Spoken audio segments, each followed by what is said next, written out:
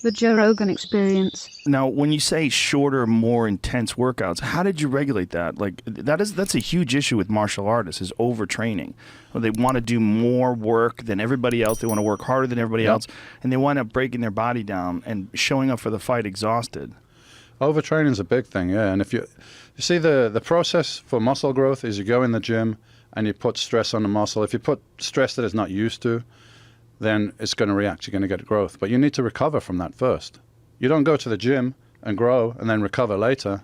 That's not the way it works. You go, if you give your body some stress it's not used to, you'll get a reaction. But before you get the reaction, you have to recover. So if you're not allowing enough time to recover, I use this analogy at seminars I do. It's very simplistic, but it gets the point across.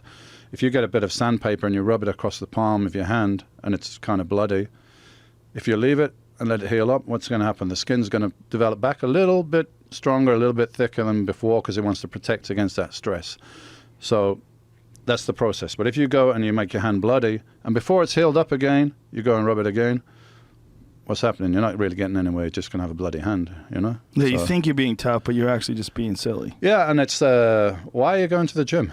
Right. I'm going to the gym to get results, so I'm going to do whatever it takes to get results. And if it means training 30 minutes once a week, or it means training 10 hours a day every day, whatever it takes, I was willing to do it, and I would have done it. But training 10 hours a day is not going to build your muscles. You're just going to burn out. So I was doing average 45, 50-minute workouts probably 4 times a week. Really? That's it? Wow, that's incredible. And everybody says, oh, that's it? Well, I write on a piece of paper, what the fuck is that? That's nothing, man. I'm like, okay, but come and do it. Come and do it and tell me if you want to do more when we're finished. Nobody has ever said, oh, please come and do some more. They're like, no, that's it. That's enough. Because every set, bar the warm-up sets, you got to warm up and, to be safe and everything.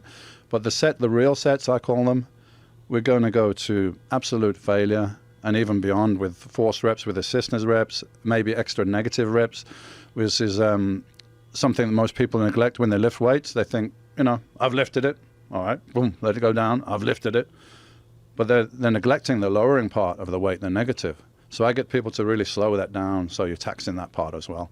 And even at the end of the set, on some exercises with machines where it's practical, so you can't curl anymore physically on the positive, on the contraction, but your strength on the lowering is greater. So if you did curls and you failed, I could lift the weight to the top for you, and you could lower it down for probably another 3 reps. So if you'd just gone to failure here, you wouldn't have exhausted the negative part of the rep. So my thing is I exhaust everything. It's totally fucked. You can't lift, you can't lower it, you can't lift it. It's total failure. If you do that once on an exercise, then time to move on, do another exercise. How did you develop your protocol? Just trial and error?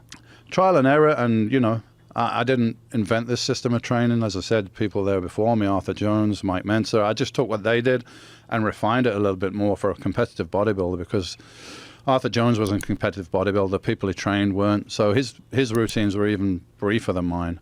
But for a bodybuilder, you got to work the side delt. You got to work different aspects. So I probably did a little bit more than they did. So I adapted it to myself and my needs.